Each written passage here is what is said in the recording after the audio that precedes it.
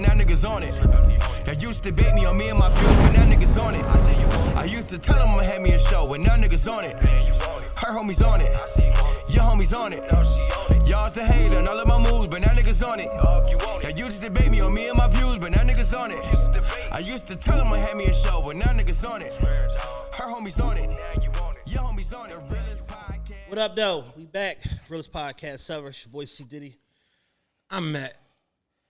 I have no idea what the show number is. 304. I don't think we that far. I don't think we that far in. I'm gonna go 262. No, we passed 262. No, 260 on the dot. No, impossible. Yeah, 260.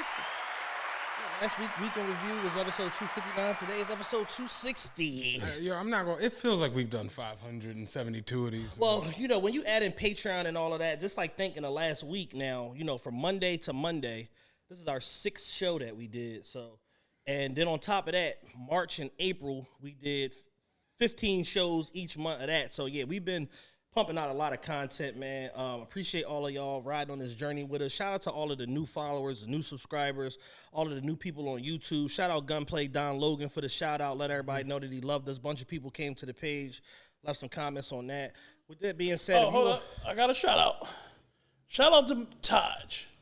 I was walking to Wawa the airport, and he held the door open for me. I'm like, thanks. He like, Big Dan? I'm listening to you right now. I'm like, oh, shit. So shout out to Taj, for being a listener to the podcast. You do have a very distinctive voice. And knowing me by voice.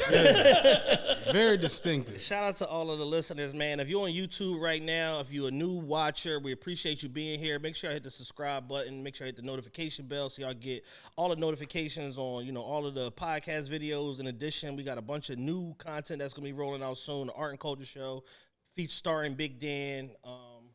We have our Roots Picnic recap. That should be out soon. Down Bad with Chad. We starting a fresh show with Matt.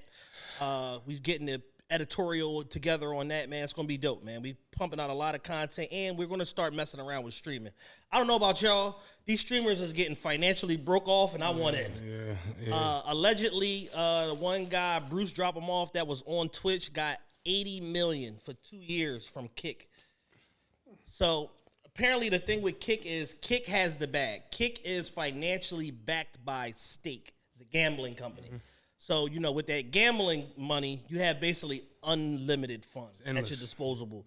Yeah. Whereas, like, you know, whenever you see Drake posting them stake bets and all of that, he's literally allotted a certain amount of money every year from Stake that he's allowed to gamble, basically risk-free or whatever, with no exposure. And, you know, because he's Drake, he's the biggest artist in the world, or one of the biggest artists in the world, it gives them so much additional exposure that it doesn't matter if they literally stake him 25, 30 million a year, because he's probably bringing in 300 million a year or something like that. You know what I mean? So with that in mind, we got to get to the streaming bag. You know what I mean? You ain't got to give me 80 million. I'll take 8. You know what I mean? Hey, listen, man. 4.5? 4.5 is cool.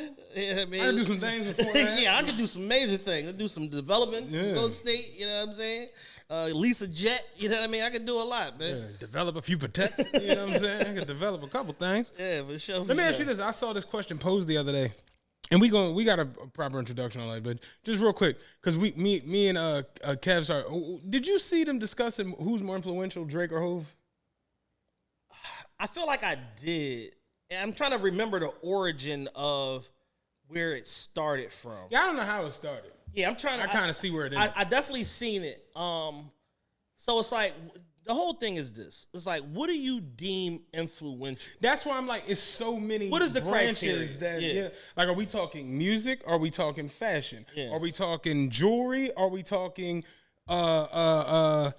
culture? Are we, you know what I'm saying? Yeah, are we talking about the cars that you drive? Are we talking about the artists that you influence? Are we talking about the artists that you directly signed and developed? Like the artists you help, the artists exactly. you, it's just because it's like when you start breaking down those categories, and then let's say if it's 10 subcategories to the overall category of influence, it's like I could see either one of them taking 5 or 6 and then the other one taking 4 or 5. Right. You know what I mean? I basically was on the tip, like, where I look at culture, like fashion, aesthetic, wants and needs, no pun intended, but like wants and needs, Jay has that shit by like a mile. Nobody wants to dress like Drake. No, fuck that. Jay made everybody go by art. Jay made everybody. You remember them Made rockin', niggas buy fat ass button ups. You remember them rockin' wearing button ups? I'm going out tonight. Yeah, Scully's with the brim. Yeah. Jay made us buy bullshit. Yeah. And made us think it was good. And he was already done wearing it by the time we got to it. I got a hot date tonight. I'm wearing a button up shirt. And on the back of the button up, it's a gigantic 99. Like, is that Warren Sapp? No, it's a nigga on a date. like real shit. So it's like when you talk about influence on just the culture and the aesthetic of it, it's Jay. Jay made niggas wear Reeboks. Oh, dog. The Range Rover, platinum, ice. Yeah, platinum Rolexes, all of that shit. That's all Jay. It's Jay by a mile. But I personally look at the music side of it where it's like I think Jay was so far like out of this world. Niggas knew they couldn't catch Jay. So nobody was trying to do what Jay was doing. Right. You had more motherfuckers trying to sound like Ja Rule than you had trying to sound like Jay. Yeah. And all of the niggas that came around that tried to jump into Jay lane, number one, they couldn't rap as good as him. Number two, they didn't have the lifestyle to substantiate the shit that they was saying, so it wasn't believable. And number three, he just squashed them all. He just, I heard you just signed the Sicario. I just heard you just signed this nigga, whatever. Yeah, drop them niggas. I look at Lil Wayne and Drake where like their influence on the next generation of music, it's so gigantic to where now you have these Tory Lanez and these Young Blues and all these different guys where it's like that's a direct Drake is single-handedly responsible for people taking any interest in Canada music. Like him working with The Weeknd early on, and The Weeknd did a ton of his own work aside from from that. Shit, but the influence on Take Care is like half of that is a Weeknd album. Let's go here. Like Drake said, they wanted me to do an R&B show, and I said no. Intros Kendrick and Rocky. Like, he was putting them niggas on. Kendrick Lamar spoke on it on the Buried Alive joint, like the initiation. Like, so it's just when you talk about the influence of like, think about it. J. Cole and Kendrick are like up under the Drake tree. So Block Boy JB's biggest song is a Drake record. That Drake and Tay Keith was working aside from the fact that Block Boy JB and Tay Keith was working. He was like, who should we give this record to? Like I don't have no use for it. Travis Scott was pretty big, but he wasn't selling quarter pounders and then Jacob every week until he dropped Sicko Mode with Drake. Like you can make the argument for that. So it's like I was betting. I'm like, where does this go? Like where's the origin? Where's the ending to that argument? And that's one of those Jones where it comes down to again, Jordan LeBron. Do you like this? Do you like that? Is that what you're choosing? It's all going to come down to preference at the end.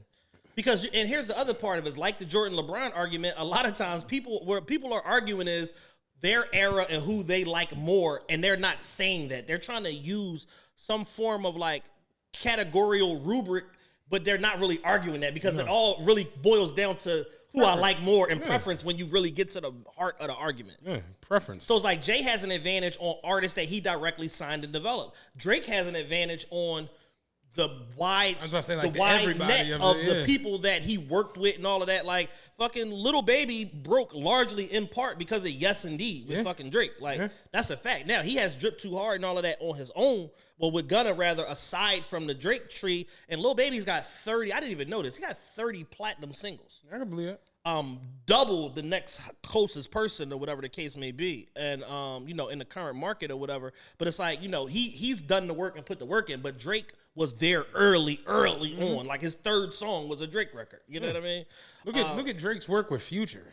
Look at Drake's work with Lil Durk. Look at Drake's work with Wayne, Nicki, Ross. Yeah. Drake and Ross is so good together. Motherfuckers want an album, and Ross get cooked every time they rap. Niggas still want the album. And niggas still want it. Every time. And give us a 7-piece. And Ross be fucking it up. But it's something about when Ross get in the booth, Drake like, I can't wait for this nigga to shut up. I'm gonna go super. It's levels. It's almost like kind of what Biggie used to do to Jay. Like it's like Jay come on and say the hardest shit you ever heard, and then Big just go to another level. You're like, fuck, got him again. It's just certain motherfuckers. It's just styles make fights, and styles make song marriages and all of that. Some people you just can't get over that hump, man. Yeah. But I think the Jay versus Drake joint is one of those like arguments that's like, what are we really arguing? I don't understand. They serve two different purposes, and it's like, we talking like musical sales impact and all of that. Drake to a degree is standing on the shoulders of Jay-Z, but it's like if we just keep it a buck and you put this career over here blindly, like if you just do a blind T diagram and you put this career over here and this music career over here, the new guy, I hate to be that guy, smokes the old guy. Yeah, Like, it's one of those Jordan LeBron where it's like you're putting up two resumes that realistically shouldn't be considered next to each other because the resumes are just so different. Like they're just different ways they went about their career. And you got to consider the fact that like Jay didn't have his first Billboard #1 until the song New York with Alicia Keys. He had #1, it's just not his own. Not as a lead artist until New York with Alicia Keys or whatever. But for his time, dominating, being present on top 40 was enough. Right. As far as Billboard goes, and dominating the Billboard rap and R&B chart was enough. Dominating the radio chart was enough. It's only now post like Wayne and Eminem that charting your whole album is a thing. That fucking having 3 songs in the top 10 is a thing. They broke that barrier before anybody else did. And then Drake benefited from the direct affiliation to both of them. Because to his credit, his like 3rd song out the gate was with Eminem. Forever. With Eminem and fucking was Wayne on Kanye and Wayne. Yeah. So it's like you take all of these different data points or whatever and you add them up and then it's supposed to spit back something. But Drake having a whole country on his back and being a TV star or whatever, like a mid-level TV star, but a TV star nonetheless. And then the fact that he's widely regarded as attractive to a large number of females, that skews the fucking the chart. You know what I'm saying? The little wave ticker on the chart fucking shoots up in a different direction for him than it does to Jay. Whereas like Drake can be corny, but the girls think he's attractive, but he makes good ass music. So it's like it washes away the corny. Whereas Jay was just the coolest nigga on earth for 15 years in a row. Right. And that's something to be said too. And he embodied, the hustler's nature and spirit and all of that shit. And talking from a street aspect, which to that point where Jay, rose to prominence, that was what we looked at. Look at fucking Eazy-E, Ice Cube, Rakim, Kane's. Like they all had a street aesthetic to them no matter what they were saying in their music. They had the image and all of that shit down. Whereas Drake, essentially showed up. For the most part, he don't even really wear jewelry. Like he's on some like elegant high jewelry shit, whatever. You see him get into the nigger shit here and there, but it's like I think it's like a different thing. Jay was platinum rolly, bust down everything. Yeah. Like I mean, like I said, it's preference. It's what do you prefer? Yeah, there's no right or wrong answer. Yeah, I look at Jay, his grip that he had on the way everybody was moving as far as like lifestyle shit, Jay really got motherfuckers to go be in the art. You know what I'm saying? He even now being like a watch enthusiast, like he's always there. You know what I mean? And I just think Drake, when it comes to the next generation of music, Drake made it so ridiculous to where it was like, for you to pop in this next generation, you kind of got to try this shit sooner or later. Yeah. And I was making that example the other day. We're like, look at Kendrick, who's essentially the Obama-atomically rapper for his era. When Kendrick got to where he really, really blew and went crazy with Damn, Humble is in the same method of like a Drake song. It's a Mike Will record. Yeah, it's like it done in the same way. So it's like, you'd be there all day. Yeah. And we don't have time for and that. You're not going to come to a consensus at the end of it. You're not going to get someone who thinks Jay is the most influential person to be like, you know what? You're right, man. Yeah, like, at some point, we got to just accept that the debate shit is so prominent because it's mentally stimulating. And people just like to argue and debate. And, well, what about this? And the I got your moment and all of that shit or whatever. But it's not really done in good faith where it's like you're literally debating to convince somebody or there's some arbiter in the middle that's going to say, point to this person. That's not how we're debating right now. Definitely just back and forth. It's not debate team shit. It's just, we just niggas with opinions arguing. Yeah. But we getting a rundown, man. TRPE weekend. Everything's coming together. Yes, indeed. We got sponsors. We got all kinds of shit. We just got a dope call a couple of minutes ago. Getting honored. We getting honored. Yeah, it's a lot of shit going on. Official TRPE.com. Go to events. We got the live show August 26th, 8 o'clock at World Cafe Live. We got the after party at Reserve Lounge. After that, immediately after that, both of those are Saturday, October 26th. Then October 27th, we got the brunch. August 27th. What I say? October. One of the months. August 27th, Sunday. We got the brunch.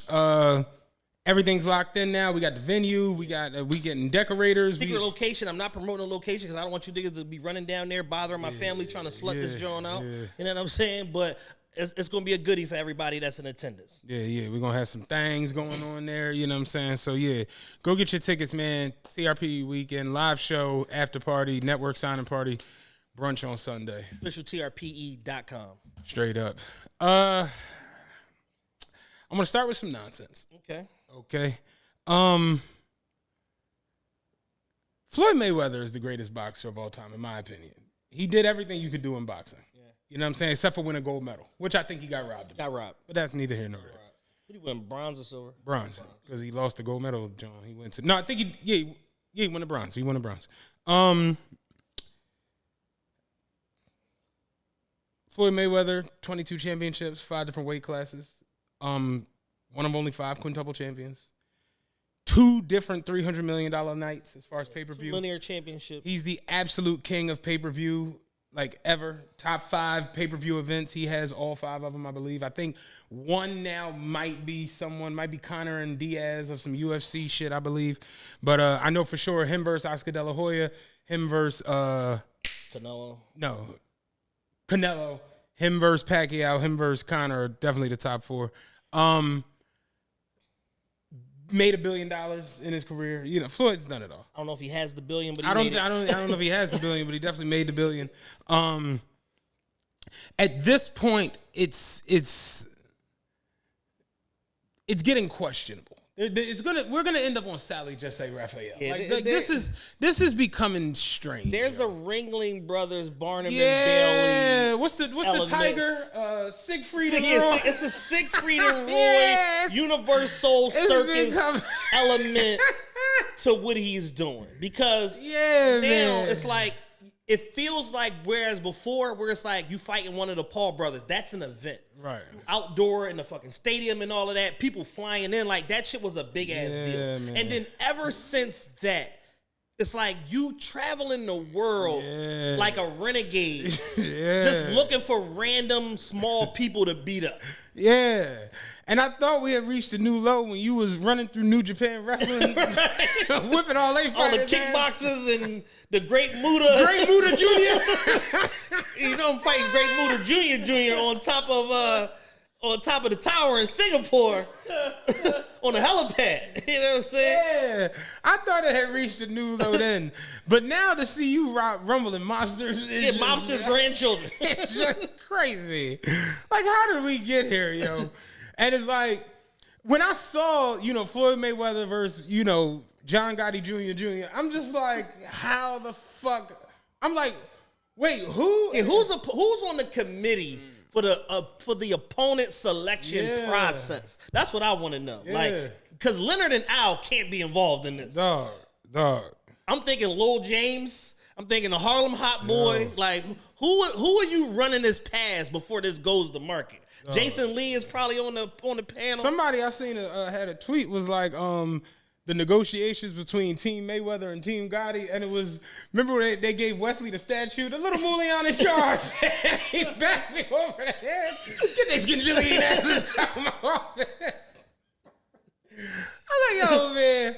And it just, I knew it was going to be absolute nonsense. So let's go into the fight. The fight happened last night on pay-per-view. If you're still buying pay-per-views, God bless you. It was at the FLA Arena where the Florida Panthers play in Sunrise, Florida. Right. So you had Floyd Mayweather Jr., arguably the greatest, definitely the greatest defensive fighter in history, arguably the greatest boxer in boxing history, versus John Gotti Jr., who, I don't know. You know what I'm saying? I don't know what he does. I don't, Apparently he does MMA and does some boxing also. And probably has a cement business down there in Far Rockaway. I don't fucking know. You know what I'm saying? But there you had Floyd Mayweather versus Gotti Jr., and the whole thing was a goddamn spectacle. It was a shit show from beginning to end. When he came to the ring with 69,000 people. Forget that. We ain't even get there yet. Did you see the opening entertainment to the fight? No, I did not. It was Krishan Rock, and she bored out Blueface during her performance. Yeah, her manager / baby dad / pimp.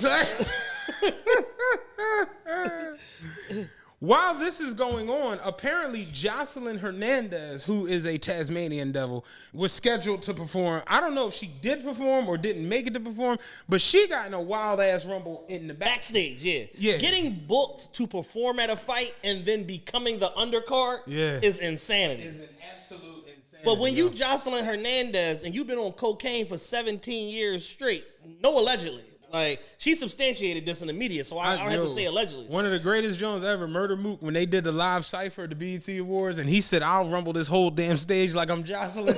That was one of the best lines ever. Have you ever watched that reunion where she tried to fight everybody? She's a pit bull. She's crazy. She is nuts. But she was in the back rumbling some hoe threw a drink on her. She was chasing the hoe out the back. Yeah, then she slapping the security guard the fuck. I'm just like, yo, the mountain from Game of Thrones. That's a crazy woman, man. Yeah, Jocelyn literally, just to add some context to this, Jocelyn who she beat up was one of her old hoes. Ah, okay. Was Big Lex, who used to be on Jocelyn's Cabaret, but left because she didn't want to be Jocelyn's flunky and resident pussy eater. So she left and went and got her own TV deal with another bootleg startup company. Yeah, and losing your head monster can drive you crazy. Yeah, exactly. So Jocelyn seen her, and then I'm going to beat this hoe. Yeah. And that's what she did. Jocelyn Hernandez is the definition of on-site. Dog. Church, grandma's house, like post office. I need that button for the John Big Dog's Gotta Eat. Like, that's her. Wherever if Jocelyn got funk with you, wherever she see you at, it's going down like a runaway elevator. Yeah. Like it just is what it is. Like, she's been the same way for a decade. Yeah. It's no change in this woman. Straight up, man. Absolute nonsense. The only thing that probably could change Jocelyn is an exorcism. We got to get the demon out directly. Yeah. Anyway, the fight started. Floyd came out with 75. Apparently, the money team is huge. The money team gets the money team are all type of affiliate chapters. The money team is like BMF at this point. Like, we money team Kansas, North Dakota. Money team Kansas right there. Yeah. Like, my money team Alaska niggas flying in. Yeah, but they came out and Gotti Jr. came out with everybody from the Fish Club. And, the Bergen Hunting Fish Club was all in attendance last night.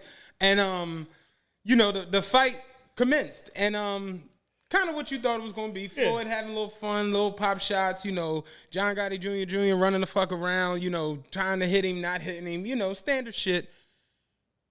It gets to the point where the ref is like, all right, I've seen enough of this, Too much jaw jacking. Yeah, too much jaw jacking. My parlay don't look like it's coming in. I didn't. They don't validate here. Yeah, that's after 10:30. I gotta pay parking. That's $42. So we got to end this shit. I'm only making $3,100 to be here. Yeah. So we got to end this shit. The ref called the fight, and all hell broke loose because John Gotti Jr. decided, I'm rushing this nigga because I ain't had enough. I ain't done. Nah. I was just getting ready to let my hands go in round 7. Yeah. I was scheduled 8. And he lost sight of where he was at. He thought he was at the Ravenite. and he lost sight of where he was at. And he decided to run around the ref and rush Floyd. And in watching it, you really get a perspective of Floyd. He's a defensive boxer. Yeah. And you could see the melee coming because everybody started to crowd the ring. And if you watch it, you notice Floyd, just true and true. This melee, none of this shit makes me lose focus. He planted his feet, tucked his elbows, and got into a stance because I don't know what the fuck you on right now. Because the fight is over. Yeah. You got, what do you say on it? You got that crazy look in your eyes. Like, I don't know what the fuck is about to happen. And the funniest part of it is, if you watch it, do it in slow motion, whatever you got to do, Gotti Jr. rushed in on him, and Floyd cocked back and popped him with a right hand that was so clean. Gotti Jr. went to the corner for the rest of the melee. He said, he went over to the corner. There's 800 people in the ring. He said, I'm not doing nothing. Y'all go. And that right Get there. Get him, boys. And that right there is what we call a business decision. Dog. He made a business decision. I'm not getting Floyd knocked punched out. that nigga harder than he punched him the whole fight. Stop fucking playing with me. He wound that What the fuck joint is up wrong with you? and hit that man with a right hook from hell. Dog. And John Gotti Jr. made a business decision. He said, you know what? I don't want to get knocked out in front of my remaining generations. No. This is a horrible idea. No. Why y'all make me do this? Dog, I'm going to have to go eat my eggplant parm at Olive Garden.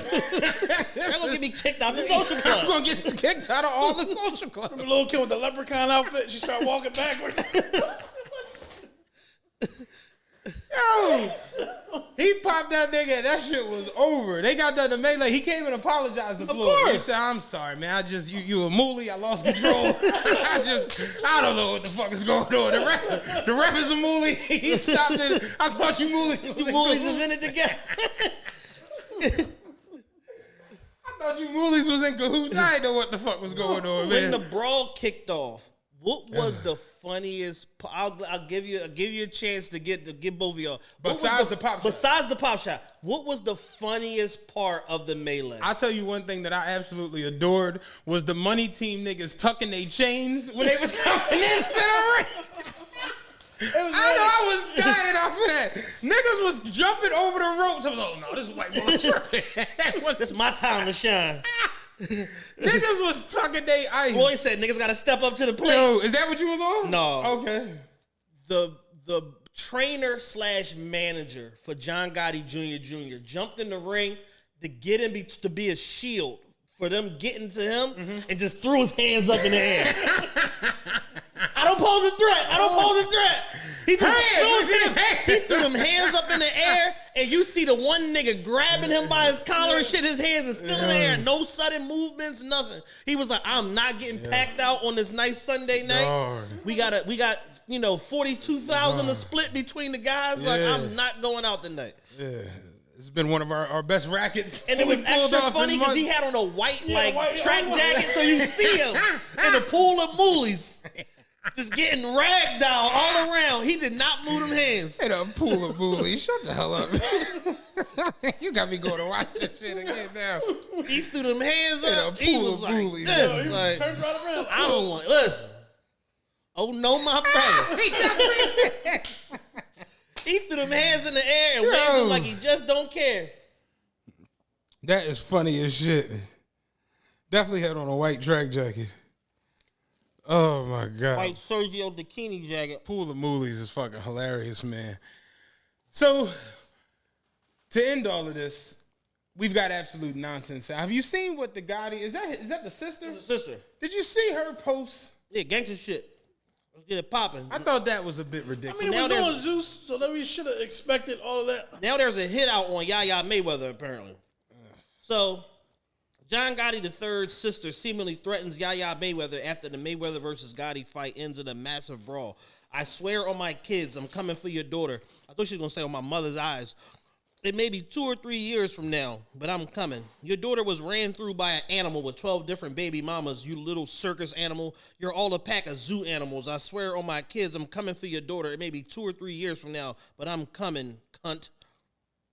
Oh, yeah, she went all the way off the rails. Nicolette Gotti.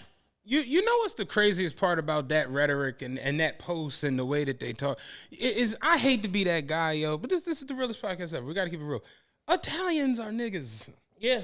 Like that like All are the niggas of the white race. do you remember True Romance? Like that's a real thing. Like, yo, they really conquered Sicily, yo. Like, yeah, that's really real. Like, that's why y'all don't look like that. And it's like, yo, when you really get into like Italian men, they act like rappers. They really they're the same exact people. Why you think rappers all call themselves the mob and Familia and all that shit? Like, they're the same. We all distant cousins. So it just amazed me at the way they talk and the way they act. Like, y'all don't, like, you don't think that your brother, after the ref called a fight, trying to chase down the nigga who he just was boxing professionally, you don't think that's acting like an animal? Yeah. Like, you know what I'm saying? Floyd got enough composure to not do no shit like this, Yeah. but somehow he's the animal. Because I'm getting the big bag tonight. Absolute nonsense, man. Straight up. I couldn't believe how many people was there. I could. It's They, Floyd. they cut the damn, like, he's still a draw, yo. No matter how ridiculous, no matter how much of a carnival act this shit is, this nigga, like, literally, it looked like it was 15,000 people there. The arena hosts 20,000. It was at least 7,000 people ringside somehow, somewhat in the little box. The damn announcer, there was so many people with the money team. The announcers is like, we getting pushed back. Yeah. Like, they didn't even have a dedicated area for the announce table. Fuck no. They ran that shit on a shoestring budget and took all the bread home. Floyd just called FLA Arena. Yo, what y'all doing on the 12th, on 11th of June? Nothing. Got to play for y'all. You gotta play. Got a little play. Hold me that date. I'm gonna call you right back. I'm gonna call you back with Al on the phone. Like, this is a side mission. Al can't be involved in this. How much y'all need for a deposit down there? You work with me? Like, let me know. Like, what we can do for each other. Like, Say a little 50 ball. silliest shit ever, man. But it's just like it brought up a conversation with me, you, and Rye last night, where it's just like, yo, boxing is officially like just Yeah, it's cooked. UFC got it, man. Yeah. And they figured out fanfare. They figured out celeb exposure. They figured out how to bring in this people. This like UFC just they do it right. And they give you literally for the money. You go to a UFC pay-per-view, whatever, and they literally have one twice a month at this point. You go to a UFC event, you getting 8 fights. Yeah, UFC You 864. getting 8 fights. That's 16 people between men and women. They had a the women's heavyweight championship, Nunes. whatever, Saturday, headlining retired, or too. whatever. And like, so you get 16 people literally fighting for their lives over the course of 4 or 5 hours or whatever the case may be. And it's like, for the money, it's the best show on earth. It just is what it is. And it's like, yo, you get to these marquee fights or whatever. Now Izzy's become a main attraction. You get a John Jones fight here and there, whatever, when he's not on cocaine and steroids. Like, you get these marquee fights where it's like, yo, the best fight of the night might be some niggas you never even heard of. Mm-hmm. Like, Steve Will Do It and Kyle Forjard and all of them from Full Send, they was going to the fights just blindly just betting the whole card. Like, all right, I'm going to bet $5,000 on this fight. I'm gonna progressively go up throughout the whole night, and I'm gonna just pick a winner, and then hopefully like I level out, and I'm plus money at the end of the night or whatever. Because you just never know. Yeah, they definitely figured it out. And boxing now is like it's become such a spectacle and nonsense-driven thing that like I said, even the celebrity aspect of it has changed. Where it's like they don't even be pulling up like at least the mega celebs the way they used to. It's like hood celeb, like it's like a bunch of nonsense in the crowd. Look at the things you've seen. Like think about back in the day, the boxing fight was the place to go to show it all the way. Jewelry and toolery, make connections and all of that shit. The major players Like was what Jay say? I'm at the Tyson heavyweight. I'm in the 1500 seats watching Tyson. Same night, same fight. One of us cats ain't playing right. Like I'll let you tell. that's real. And you look all back to Frank Lucas and then even like I said, I was telling y'all, if you look at Floyd's first pay-per-view against Gotti, Jay and Puff was in the crowd with straight suits on. Like, that was a place to come to get fly, bring your lady, It was a coronation. This is a coronation of the next pay-per-view star. You got somebody that fights this rough and tumble style of fighting. You got at the time, a knockout artist and a defensive specialist clashing. You got black versus white, black versus Italian, all of this different shit. This is a big deal. We all have to be present. And now you got boxing matches where it's gotten so nonsense driven that like it's weed all over the fuck. It's weed smoke everywhere. Niggas is rumbling in the crowd. You'll see 19 rumbles in the crowd that got more action than the actual damn boxing match. Like that shit. You look at that shit that happened with Meek and the boxers. It's just like, yo, it's the Harris brothers. It's so much shit that goes on to where it's like, that ain't nowhere you come with your lady suited and boot. Like Rob was saying, like, yo, I was at a fight in Vegas. He said there was a nigga standing on a crap table that jumped off to kick a nigga in the head. He was like, bitches was rumbling men because it bring all Different kinds type of energy. silliness. Yeah. And what's crazy is with Tank currently being the live gate and pay-per-view king, not enough has been talked about of the energy around his fights and the types of people that he's bringing out that's basically making it unenjoyable for other people to come and be present at this shit. Like that fight that he had in Brooklyn, where I think Casanova and 6ix9ine ended up getting it on in the tunnel and all of that shit. There was 30 more fights in the crowd. Baltimore niggas fighting each other, New York niggas fighting Baltimore niggas and all of this shit. Somebody got shot outside. Then the fight in D.C., the main takeaway from the D.C. fight was mad niggas got robbed that night. Yeah. Like that was the everybody was like, yo, mad niggas was getting booked that night. Like they was going crazy robbing niggas right outside the Capital One Arena. So it's like Why the fuck would I want to get my car detailed, cleaned up, put on my best shit, put my jewelry on, bring my girl this, and then I got to potentially deal with that shit. Yeah, it's not even enjoyable. It's not enjoyable. Yeah. The whole energy of it is just totally different from what it seemed like. And I remember, like I said it, you remember a lot of big fights back in the day were in AC. So you talking about the Trump, where it's like it was so many Wall Street guys and all these just from different walks of life that were coming to these fights. Where now you go to a fight or you see a fight and it's this rapper from this city, this rapper from that city, that rapper, this ball player who got a sketchy past and he hang with a bunch of street niggas. And then once you get all of them in one building, that's all it take is a little flick of the lighter. Because all it takes is for one nigga to blow the weed smoke. Damn, dog, you blew this. I don't know what the fuck is you doing. And what, nigga? You ain't get no. And then next thing you know, wildfire. Yep. Now the whole East Coast is breathing in that shit. Real talk. Hey, man. You done with this boxing shit? Yeah, I don't really care. Can we talk about Earth falling apart in the last couple of days? Earth has really, really gone left. The wildfire that sparked in Canada. Yeah. When I saw Canada was on fire, I'm not gonna hold you. I'm like, oh, The Weeknd and Drake must have collaborated, something. You know what I'm saying? Like, and literally was like, yeah, there's this big ass wildfire that's going on. The whole East Coast is gonna be affected. I saw that on the news, and I'm just like, okay, I ain't really think none of it. That the next day I came outside and you could smell something wasn't right. Yeah. Something just wasn't right in the atmosphere. And I was just like... What was like that? Like last Tuesday and Wednesday? This was like Monday, Tuesday, around that. And I think that was Tuesday, whatever Tuesday. They kept reporting about the AQI, the air quality index. Right. Shit that niggas never ever worried about. It's right there on your phone. Everybody became an air quality expert the other night because it's going to hit 300. And once it hit 300, at that point it's just unsafe to be outside at that point. Yo, that shit hit 700? Nigga. Yo, that shit had me fucked up. So Tuesday, I went to the gym. I came back home. I was pretty much in the crib all day. That night, I went out to walk the dog. I went out at like 11:30 at night. Yo, when I walked outside... Nigga, it was like you couldn't see in front of you. We out KOP. You could not. It was just like, I'm talking about as I got to the door to open the door to go outside, you could smell it. And I was just like, yo, what the fuck is going on? Dog, I stepped outside. I was like, yo, this shit is nuts. And that's when it was like at 4:15 or whatever. And New York got it real crazy. New York was literally orange. Like, it looked like Busta Rhymes video. Yeah, that shit was crazy. Stink level event. Yeah, that shit looked wild. And, apparently, it made its way all through the East Coast and went all the way down to Georgia, South Carolina. Did its one too. Have you gotten into the 95 shit? Yeah, the collapse, the oil tanker catching fire, and like I'm literally watching the video of people going north on 95, and then at one point you see them driving, and then they just like hit a hump, like go in the air and then come back down, and I'm like, oh, this shit is real deal, like collapsing in real time or whatever, because it started on the other side.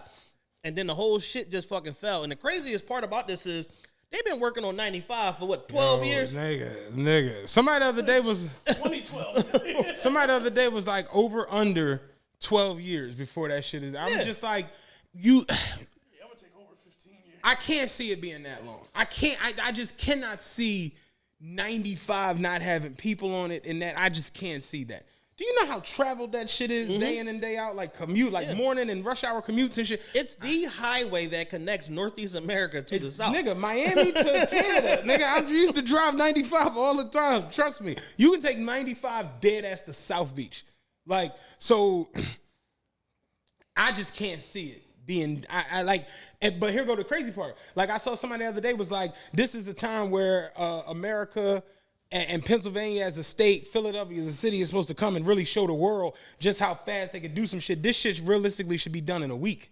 And I'm like, yeah, no, that's not like, you got to do tests. You got like, think about it, you had a oil fire caused it to collapse. Yeah. It ain't like they took it down. I've never seen no shit like that before. Nigga. I'm like, what kind of oil? What they use? Peanut oil? Like, what the fuck kind of oil was that? Fucking castor oil? Like, what kind of oil what tanker was it? What engineer built that bridge for it to crumble like that? My thing is, it was a truck, a tanker truck. Mm-hmm.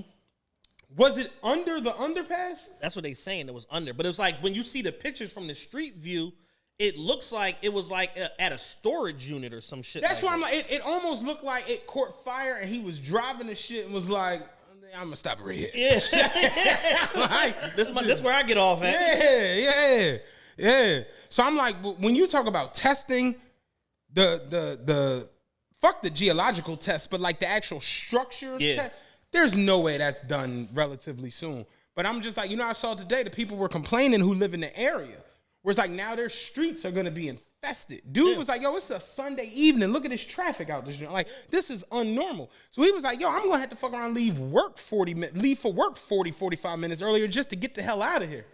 I'm like, yeah, damn, how about it? Yeah, and it's like those are the things that you don't necessarily think about immediately when it happens, but it's like the blowback, the communal blowback rather of something like this happening, like and literally shutting down a large portion of the most important highway in the region. Mm-hmm. Like that's like Cotman is like one of the main intersections where people get on and off it. How will these people get to Mayfair to party when the Eagles win the national championship? Like, how on earth? So it's just like, and then have you seen the blowback now from it? No. So today there's a boil your water recommendation, in fact, for the water department because they like so much oil and shit got into the water. And I'm like, how? Did the oil go up or down? Like, I'm like, what? Where did the oil go? Did it go in the atmosphere or did it go into the damn ground? Like, but there's a boil your water thing in effect now for Philadelphia. And I'm like, yo, like, I always question these Jones whenever something go left because it's like, who's drinking tap water? You'd be surprised. No, at this point, who's drinking tap water? You'd be surprised. When the last time you had tap water? Like, like, when's the last time you did that? Probably one time in the last year, just on some, like, I'm completely out of water. My fridge don't have the damn water on the door or whatever. So it's like, yeah, I had tap water, like, literally one time in the last year. I honestly can't remember the last time I had tap water. I don't know. Yeah, it's definitely not recommended at all. Yeah, no. Boiling water just to drink it is crazy. I don't want any of that. I don't want any of that. It's too hot. Like, you know what I'm saying? Like, that sounds like a very stringent. You gotta boil it, then you gotta bottle it, then you gotta refrigerate it. Yeah, you gotta cook your water. Fucking around with Philly, man. Philly is and I was like, yo, you know who I feel bad for in all of this? Mayor Kenny. Yeah, it's almost over, and he's because he just can't. Like, I'm on the back nine, and y'all just won't chill the fuck out and just let me skate. Like, you know what the fuck it's gotta feel like to you? You already don't want the job. You tapped out last 4th of July. Yeah, last 4th of July. You showed up with you remember you was in your hammock. You showed up in your soccer outfit. You've been over this shit. You don't want the job, but they won't let you quit. And you get a text on Sunday afternoon, you chilling, ain't nothing really going on. You know what I'm saying? You like, got this little Juneteenth shit I gotta do next week. Like, ain't nothing Get these niggas right. Ain't nothing much going on. And you get the your text and stuff, you like, they come in a group chat with this nonsense. What the fuck done happened now? Open it. Yo, big bro, 95 collapse. You was like, how do you mean? How do you mean? What you mean 95 collapse? No, like that joint on the ground, big bro. Like it ain't no 95. like it ain't no 95. Yeah, like I didn't know 95 could do that. Nigga, the whole joint came down. Collapse. Yeah, all bad. Super bad. Yeah, I mean, Trump told us, man, people got mad at him for it, but, bad things happen in Philadelphia. Yo. This is just another one in a long list of, things. And it's like, we've gotten to the point where it's so much calamities starting to happen here. We're not even reporting the murders no more. Like, we not even like. Well, to Philadelphia's credit, the murders have come down. Okay. We down, I think, 18% from last year. I'll take it. That's nigga, you a stack, you bring 18%. I'm not all too happy, but it's a start. It's a start. You know what I'm saying? Hey, you know what I'm saying? You only got 820 more. You know what I'm saying? You know what I'm saying? Give me a couple more of these 18%. Couple more of these 18%. So about 8 months we'd be paid off. But the murders have. I think what it is that the people are a lot tougher because their shootings are happening. They're just not done. The people are a lot tougher. They're just not Yeah, done. the citizenry has invested in vests. Yeah. Because the shootings are still through the roof. Yeah, niggas must got the suits that John Wick got. I think it's a combination of niggas just shooting, too. Yeah. A lot of that. It's not too much, walk down and, that happens. But it's a lot of, like, shooting in the crowd, shooting from down. You know what I mean? It's a whole lot of that when it comes to shooting time. Yeah, I mean, it's unfortunate that, we're in the middle of probably like a 10-year process of, communal restoration and all of that when it comes to all of this violent crime and all of that shit. And it's like, in the beginning of it, I thought like, oh, maybe like, 3-4 years, this will correct itself, whatever. And it's like, nah, it's going to take a decade because it's like, when you realize like, that a lot of these kids are 13, 14, 15, 16. The old heads is like 20, 21. And it's just really just a situation of like the blind leading the blind. And at the core of it, a lot of it is an equity issue. Whereas like, these kids aren't being taught and led the right way, and they're just picking up on all the wrong shit just as groups, and they're basically all teaching each other the wrong shit to do. Straight up. So pray for Philly, pray for 95. Yeah, what's the over under on 95 getting reconstructed? Because it's a large chunk of it, but like in reality, they could probably pump this shit out in like 7 months. It could be done in less than a year. I think it ain't. No, I don't think it will. But so what's the over under? 24 months. Over under. What is it? June.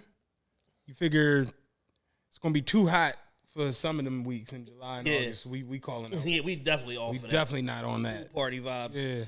Then you figure it get cold in December. So once again, we off. Too cold for that. Too cold for that.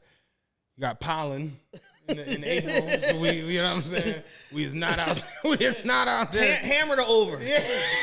You got April showers. Yeah, you losing 4 months out of every year just off the rip. Just on the strength. It's either too hot, too cold, pollen, or something. You know what I mean? So, yeah, 3 years. I think 3 years is relative. I think it's gonna be like 3 years. And then you got to make sure that it ain't like paper mache that they use. Right, yeah. It's like actual cement this time. Like real live, like. Let's reinforce it with some steel this time. Yeah, because you see when they put down like pothole fillers, that shit is going in a matter of weeks. You know what I mean? Somebody recently was like, yo, I think they're actually putting pepper in the pothole. Just filling it with pepper.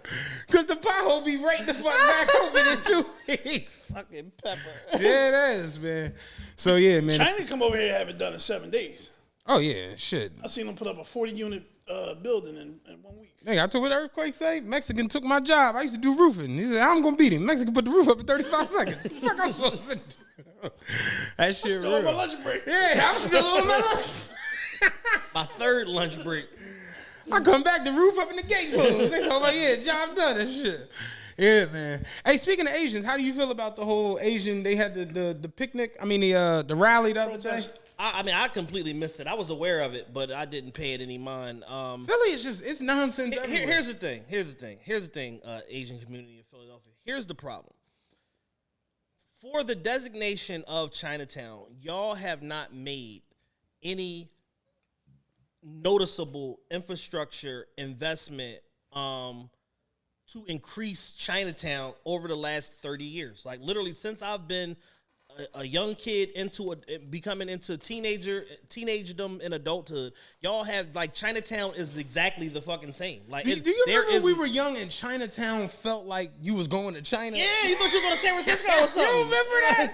Like it really felt like you was going to China when you went to Chinatown. Yeah, it's like Chinatown is equally as fucking run down now it's just as North Philly or Southwest. It's just a stinky little Chinese part of Center City. Yeah, with some exotic fish in the back. You can't even go into Davis no more. No. Yeah. You niggas are not allowed. No. Stand in that little cubicle cubby and order shoot each other. Do whatever the fuck you gonna do. I would never stand out there. Ever. I went there the night when we was at the when shout out Boog and them over at Team Hennessy, man, when they had the Creed preview. Yeah. I left from there, I'm gonna get some wings. I got into that little joint, I was just like, yo man, I'm gonna die this shit. I'm gonna die in here. You got that shit in your hand. That shit is like a phone booth. Yeah, you feel like Colin Farrell standing in that motherfucker. Real shit.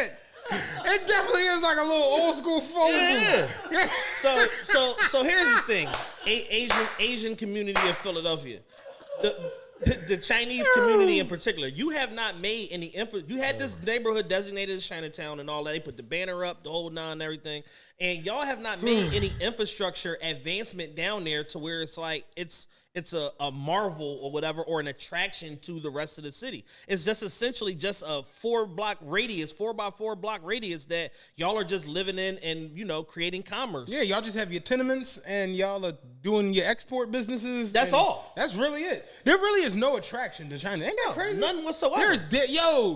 There dead ass is no attraction to Chinatown. None whatsoever. Not one. So with that in mind, it's like, Damn. all right. So when somebody comes to the table with a big giant pot of money and they're saying, we're going to not only build this arena here, we're going to have minority vendor inclusion. We're going to have minority hiring initiative. We want it to be representative of the population of the city at large and all this.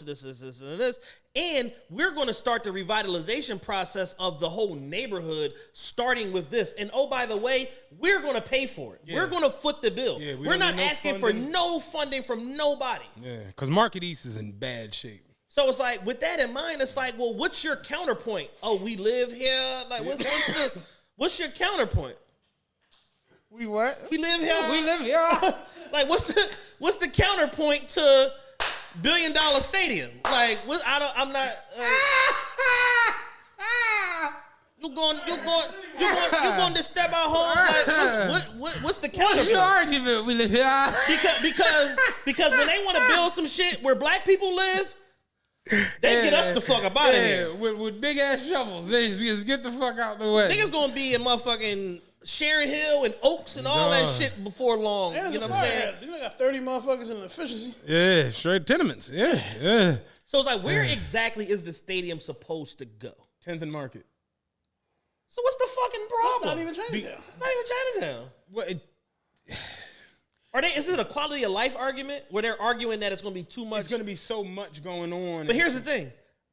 I think they're going to leave that big arch there. But you got all the Chinese restaurants. You got to make more money. Here's the thing. We're not too far from Chinatown right now. It's already a shit show down here, traffic-wise. Like, again, because y'all have made no infrastructure improvement to help this motherfucker smooth and get around. You know what I mean? And it's not like y'all are operating as like a neighborhood association. It's a bunch of independent retailers all under this larger banner of Chinatown, to where when somebody else attempts to come in and do something, now y'all want to band together and get some shit done, but y'all not coming together, pooling y'all resources, making the neighborhood better. Right. What's the market? We should just put it in the gallery. Fuck it.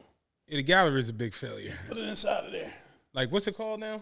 Fashion District. I was about to say the fashion district. Yeah, I'm trying to think. I'm like, what's at 10th and Market? Market Street Gold. That's still there. Market Street Gold. Shout out Mustafa.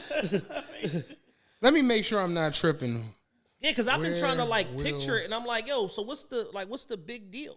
Because I know that there ain't no Market East Neighborhood Association. Oh, that's where 10th Market. That's where District Taco at. And what's that little wine? Oh, so they basically going to put it probably across, like on that same side of the street where, remember, where like there used to be that Rite Aid and the Rite Aid, CVS and all that shit. So it's going to be really, the back of it is going to be against Jefferson, not even on the Chinatown side. How is this their business? Hey man, we live here. We live here. We live here. Like, 76. Yeah, if it's at 10th and Market, I'm sorry guys, y'all gonna have to like pound sand on this one. Like, yeah, if it was 8th and Arch, I could see you had a big problem. Like, I can see you have a big problem with that. An arena at 10th and Market Streets. Oh yeah, they gotta pound sand. They looking for attention. They trying to get some form of compensation. For the potential blowback and all of that, but I just think that in general, majority of people that come downtown are smart enough to know, like, I need to take an Uber or some form of public transportation or whatever to get downtown anyway. So with that in mind, it's like it's going to add to the revitalization of the area. They put that Wawa there. That was supposed to be their flagship Wawa. It was supposed to be one of the pub locations. They bought a liquor license for it and all of that, and then they ended up closing the motherfucker. Yeah. Because it's right next to the. So I'm saying you got one of the best hotels in the city right there. City Hall is essentially at 14th and Market, at Broad and Market. Between 2018 2022, developers poured more than $1 billion in the Market East, according to data from Center City. Data from Center City, including national real estate developers' $600 million mixed-use project between 11th and 12th Streets. They hope that the influx would be a catalyst for the revitalization, drawing more foot traffic toward developmented areas. Then COVID-19 threw everything for a major spin. And they said right now the vacancy rate on Market East is 21%. So 21% of the shit on Market East ain't even There's nobody in there. So a fifth of the shit, Market Street Gold, like just Rite Aid is closed, Villas off Market Street, all of that shit. And it's like, by the time it's done anyway, I'll be a Heat fan. So had my $13 season ticket to the Heat. you down to sign this? You know what I'm saying? But yeah, I at the end of the day, I don't understand their argument. I said it when it first happened. I'm like, listen, when you got, I hate to be that guy, but when you got white people with the word billionaire attached to them, y'all is out of here. Yeah, big bank take little bank. That's the way it goes. Especially when they're not even like, because historically, any of you that know anything about, sports franchises and like their arenas, stadiums, relocation, and all of that shit, like they come to the city and say, or come to the state rather, and say, we need a third of this money paid by the taxpayers or whatever the fuck case may be. This is a public service, and a lot of these teams are non-profits. Like I look at it like this, like at this point, you should just try to find somewhere that would be, go to the naval yard. You know what I'm saying? Here go an idea. How about this? This is just on the spot. I ain't do no research. The Sixers want to move their arena to 10th and Market, right? So you know what's going to happen with the Sixers arena? Nothing. So why don't y'all make Chinatown in that yard? Y'all can get a Ferris wheel. Y'all can fly them balloons. Y'all can do all kinds of shit down there. With the dragon, y'all bring the dragons. Have a sprawling community. Gated. Now can't nobody fuck with the Chinatown. Real shit. Think about it. Y'all already do the Asian food festival across the street. Yeah. And you ain't got to drive. You can just walk right across the street. Just walk score 99 out of 100. Would definitely recommend. Real shit. Like now you got your Chinatown is out the way. Nobody bothering you. But it's like, as far as y'all complaining about some shit that's coming to Market East, when Market East need as much revitalization as they could possibly get, and the city and the taxpayers don't got to put up nothing, and all they going to do is offer jobs. We're not going to get there one business at a time. Y'all can forget that shit, man. One little development at a time is not going to do the trick. You know I saw a lady changing a baby on the bench on 10th and it was 10th and wherever that rehab center is, right where Market Street goes. Yeah. I remember pulling the bus up, and it was a lady butt-ass naked baby on the bench changing the baby. And I'm just like, please, Sixers, come put this building up here, man. Market East need help. Yeah, dog. Let's get the arena up. Let's power wash all this shit. Let's get a casino next door. Very good. Put the power washer. Yo, put a Carbone over there. Man, motherfuckers will never leave. Seriously. Straight up. Me and Carbone, a motherfucking say less. Like, let's get the whole aesthetic up. Ain't it crazy that we really don't have that type of shit? Fuck no. Do you remember when they started to do the revitalization of Rittenhouse or whatever, and all of the shops over there, and they're like, yeah, we gonna have Gucci and Louis Vuitton and this and this and this, and what we get, motherfucking Zara, Juicy Couture. Like, I just like, yeah, damn, they oversold the shit out of this, Joe. Right. Shout out to what's they called? They just won the award the other day. Friday, Saturday, Sunday. They won an award, real big award in cooking. I can't think of the award. The Beard Award? Beard Award, there you go, yeah. But like, we got some cool-ass restaurants. Yeah. We got a lot of good-ass restaurants. Our food culture is an A+. Is phenomenal. It's top 5 in the country, top 3 in the country. But like, we don't have them hybrid restaurants. We don't have that towel, that where it's like you go there, but like, I ain't eating on these whole... Here for the business. Yeah. You know it's a club upstairs. Yeah. It's another club in the basement. Yeah. We only got 2 and don't nobody really Oh, you just want dinner. Oh, right, this one. Yeah, we don't have that. Yeah, we got Frame, which is trying it. They new with it, and My, but everybody go to My and eat. Yeah. Yeah.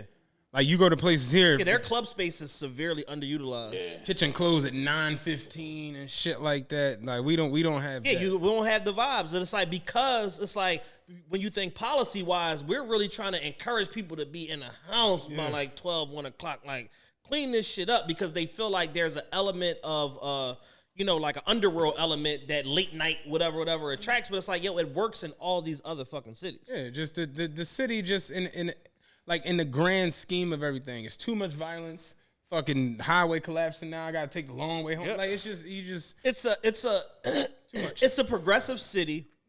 Well, it's a conservative city masquerading as a progressive city in a commonwealth that has a violence problem, that has an extreme fucking violence problem or whatever. And it's like, yo, all of this other stuff that goes around in and around the city that's supposed to help the overall quality of life and the vibrance and all of that shit of a relatively young city. When I say young, I mean the people that live in it. The median age for people that live in Philadelphia is fairly young. Like I believe like 35, 36, somewhere in that range or whatever like that.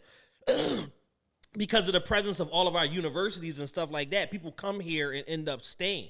So with that in mind, it's just like, yo, y'all got to do stuff to illuminate that young population or whatever and give them things to do. Like when they built what was used to be Sugar House, now Rivers Casino, that casino being where it is supposed to trigger a 5 a.m. nightlife registry within like 5 miles or whatever in every direction of the casino. right.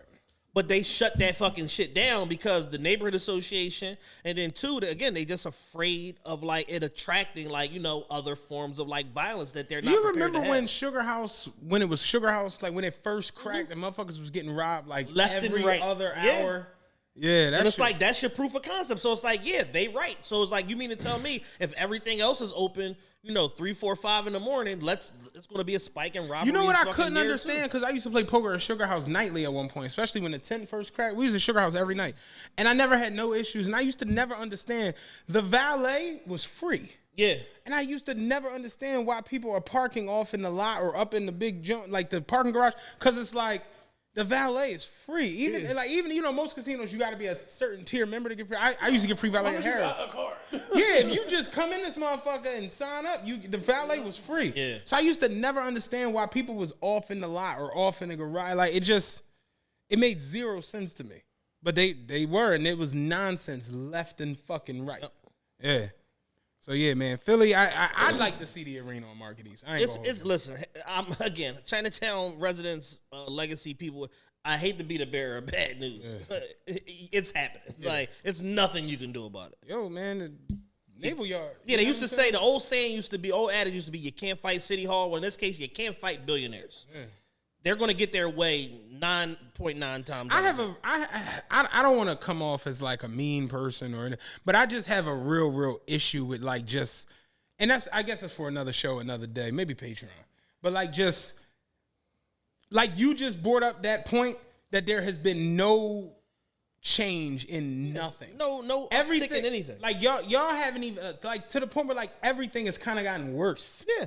Like you get worse service, you get worse amenity. Like it's just nothing is decent. And for y'all to have this attitude of like, don't come fucking with us when everybody else gets dispersed. I've seen what they did to, Francisville. I've seen what they did to 29th Street and what they call Brewery Town now. I've seen what they did to Point Breeze. Yep. They talking about redirecting traffic on Point Breeze. You know what I'm saying? Like I've seen what they've done to all these little places. So when you got this much shit that can come to where you can actually give people something to look forward to, this ain't even like it ain't like we saying, oh, we trying to move Chinatown because we putting up these 3-story cribs with roof decks. Right. Like we talking about bringing in like a big ass situation that's gonna employ thousands of people in the creation and the day-to-day running of it. So for y'all to just be like, man, we got our ducks in the window, how dare you? Like it's just kind of crazy. When the shit is 4 blocks away and it's not even bothering you. Like Market East needs to be revitalized. Like we have a homelessness problem. We got a fucking violence problem that exists in and around there. These young boys are out fucking what they call flash it? Mobbing. Yeah, mobbing and shit every other fucking weekend. It's like, yeah, you really do need to get to a situation where you got real live troops down this motherfucker all the time. Like, yeah, that would change a lot you of need shit. public safety agents in and around that area. You need increased police presence. Like, it's so much stuff that the area needs in order to fully revitalize it and help some of this nonsense fucking disperse. Straight up. Just is what it is, man. Yeah, and I gotta believe that property value will go up. Hell yeah. And I also got to believe that if you selling something, you're going to have so much foot traffic. Like, think of all the rice you're going to be able to sell. Right. Seriously. Think of all the skewers you're going to be able to sell. Yo, you're going to need to get a couple more steamers. Don't you want to sell your memorabilia? Don't you want to sell? Don't you want to sell your Peking duck? So Your General So-So's chicken? I personally am like, yo, I understand why and the need, the necessity to having. Can you imagine like a Saturday afternoon game at fucking the new Market East fucking arena down there? The traffic and the vibrance and District Taco is full and like fucking Federal Donuts is full and the hotel is You know what it's gonna packed. be like on like the national televised games, like on certain, like when like LeBron and them here or Steph Curry. And then you them got two very nice hotels right behind where they are planning on building this at. You can stick the players right in there. Nigga, you got the Marriott right there. You got Four Seasons. I mean, Lowe's down the street. Like you got, cause you know that's where all the. I think it's a Homestead Suites or whatever. What's the joint that's connected to the Federal Donuts? Remember we went to that Federal Donuts right there across from the Lowe's?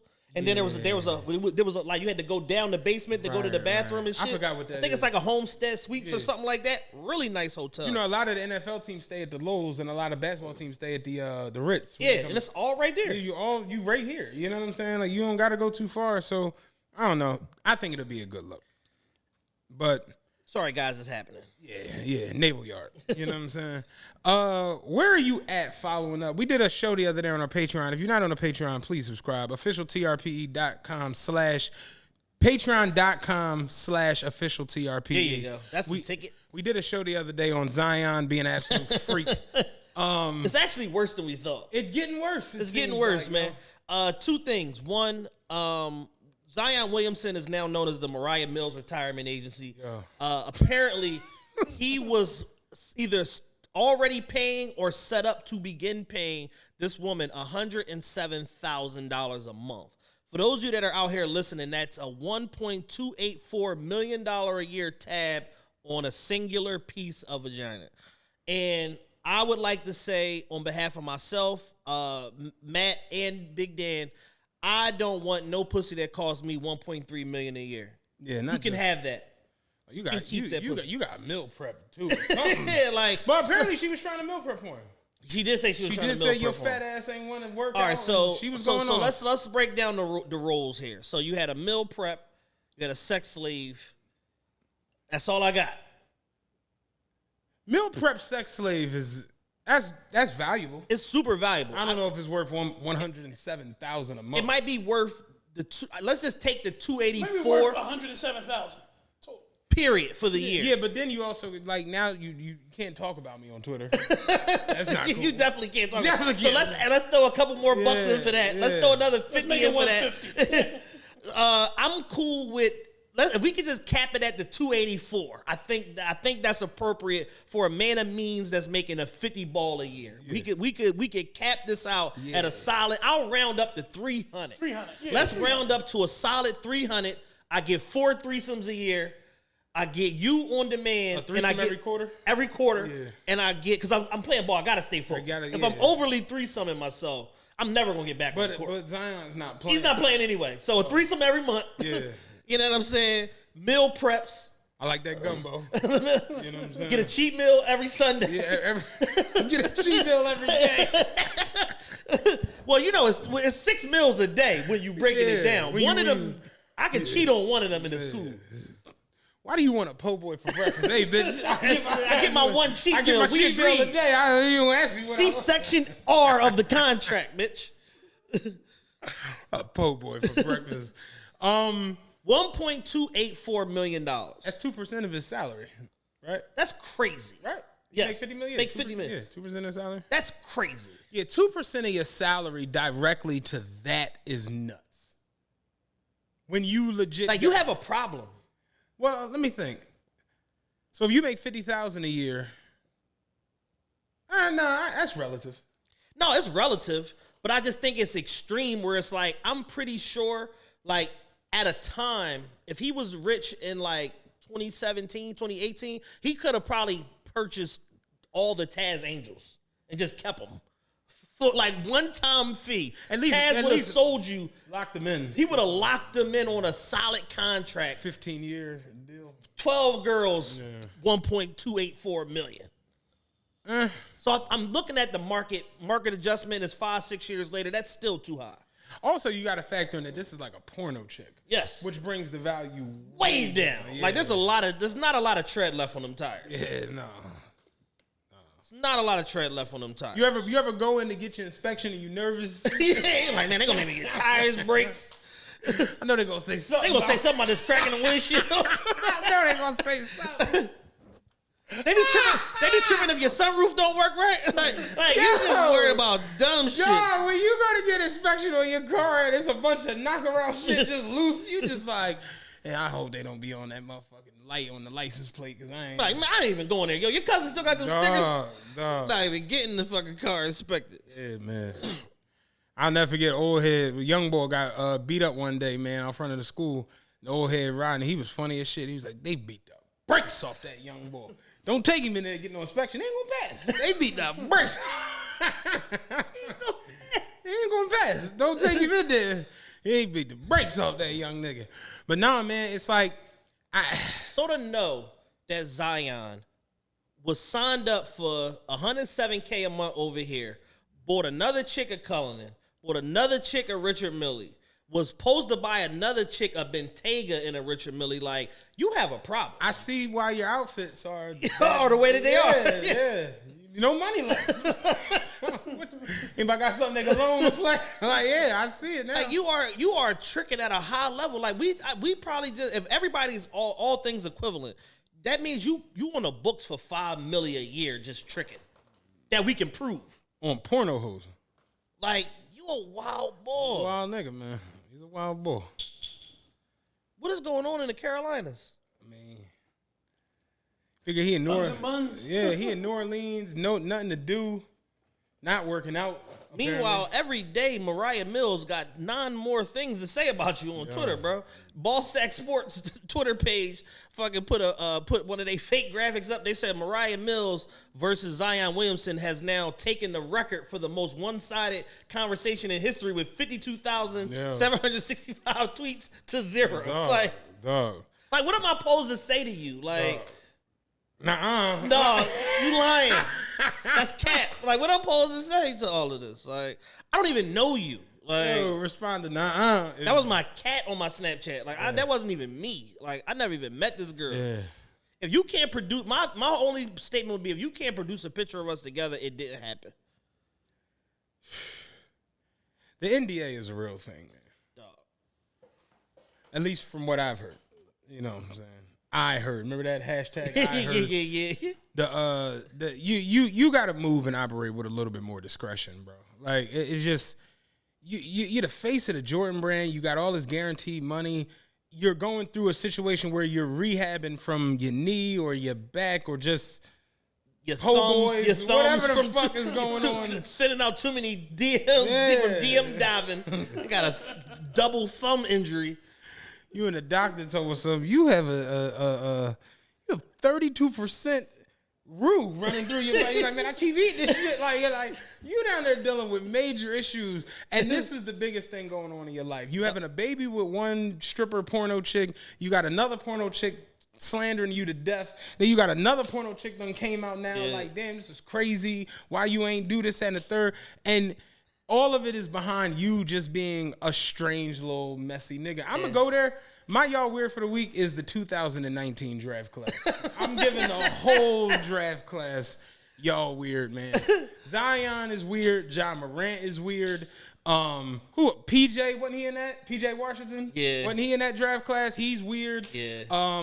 RJ Barrett, he not weird, but he not good either. He not improving. Yeah, he not improving much.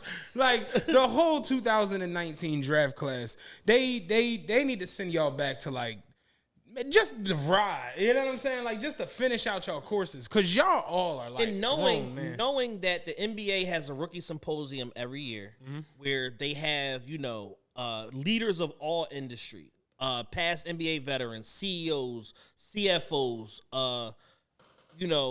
fucking chairman of the boards and all of this shit come and talk to these young boys about the pitfalls associated with being this young and this rich and this face and name recognizable.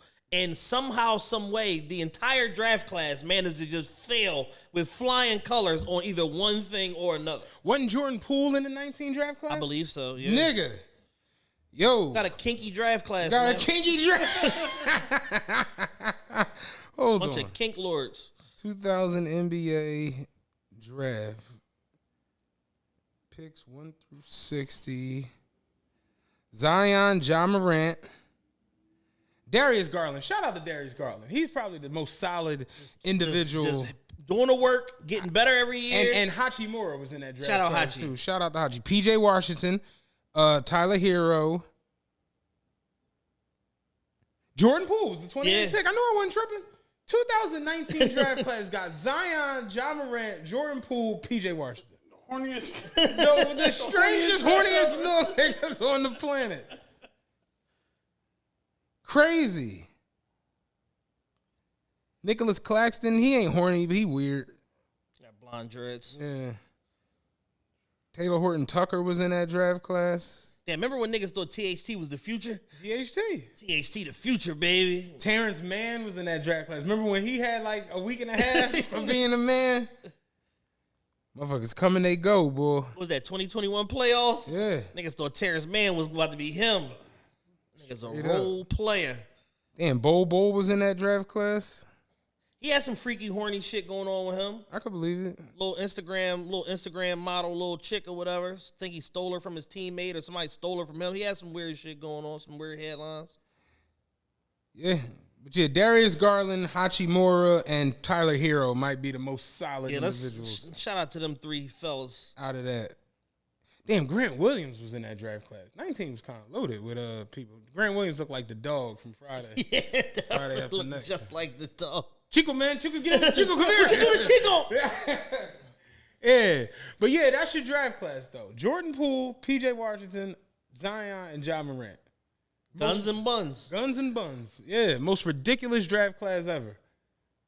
Nothing like 83 or 96. Do you think 96 draft class is better than 83? Yeah. You do? Hell yeah. It's an argument. No, it's definitely an argument. Jordan, Charles Barkley, and What Hakeem? was 84 was Jordan. 84. 84, yeah. What'd I Jordan, say? 83. 84, Jordan, Hakeem, Charles Barkley. John Stockton. John Stockton. Yo, you know what's really crazy about John Stockton? He leads the league in steals.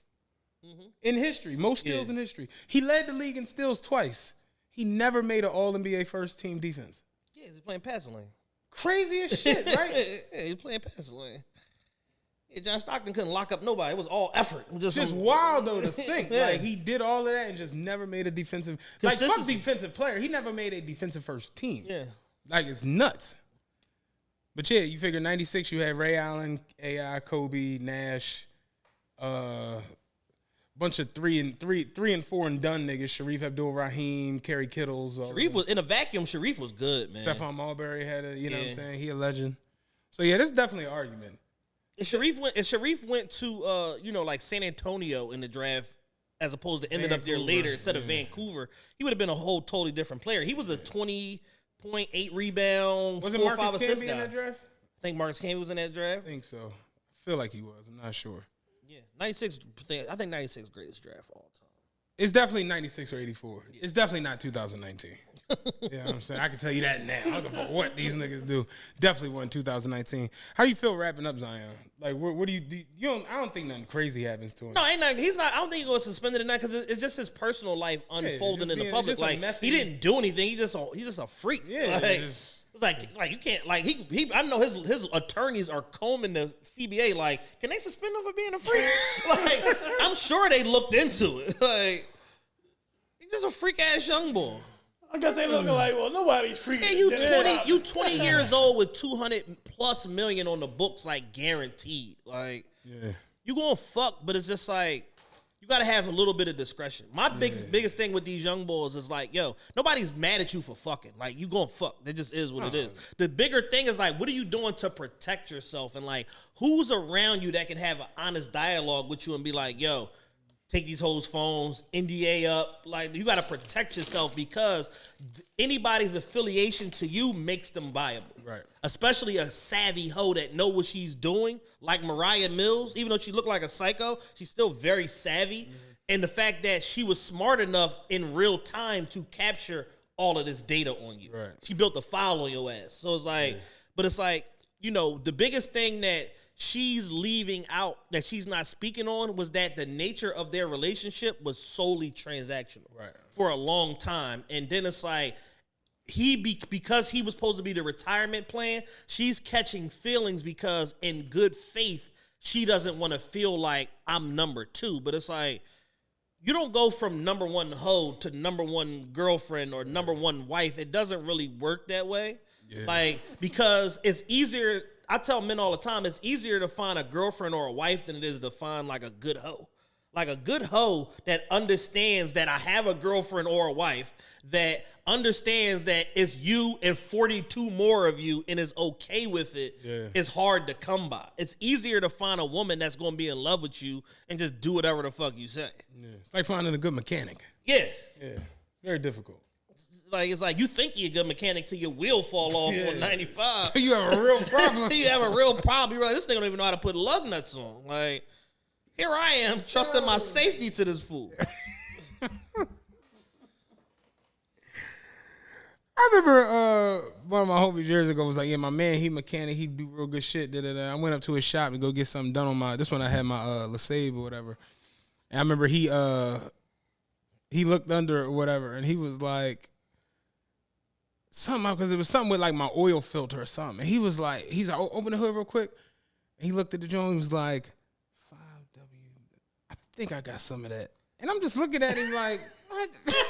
Oh, that's the oil. All right. Oh, that's the oil. All right. He's like, I tell you what, big dog, run down the AutoZone and grab the oil, whichever one you want, and just bring it back. I was like, no doubt, man, I drove right past that. You know, those. Right to a Valvoline station. Yeah, I'm out of here. This nigga's tweaking.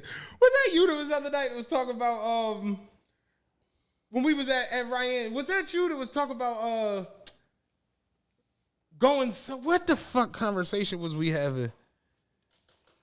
Was that when you go somewhere to get something done? Fuck.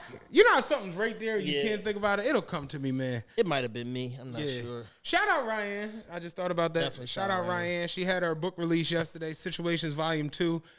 She had us in the building. We were her special invited guest. Hey, my name was number one on the list. I was number two. I felt like somebody when I saw that. It said special guests, Matt Cain, Chad Fain. I was like, hey, okay, cool. Must have been us that just responded first. You know what I'm saying? The special guest invites. But definitely had, it was packed in that motherfucker. Definitely a little too many Definitely people. oversold that Definitely junk. oversold that junk because it was too many. And you be forgetting black people, you know, we hot. Yeah. You know what I'm saying? We bring that. When I walked in, I seen a little air conditioner. I said, all right, cool, we gonna be good, baby, right here, whatever. And it was like every time the door opened and I saw 3 or 4 more people, I was like, oh, Lost man. 7 more percent. Lost 7 more. I just seen the coolant. Is it 350? Is that 450? The air quality. You watching the air quality at 2,000 before we That get the shit was fuck out. rising rampantly. Yeah, man, it was warm in there. Some thick motherfuckers in the building, Oh too. yeah. Yo, big asses are like they everywhere. They're just omnipresent. They just around now. Like, god damn. Yeah, shout out to everybody that came through me. I always, dressed to the nines. Y'all all look great. You know what I'm saying? The ladies, y'all washed up.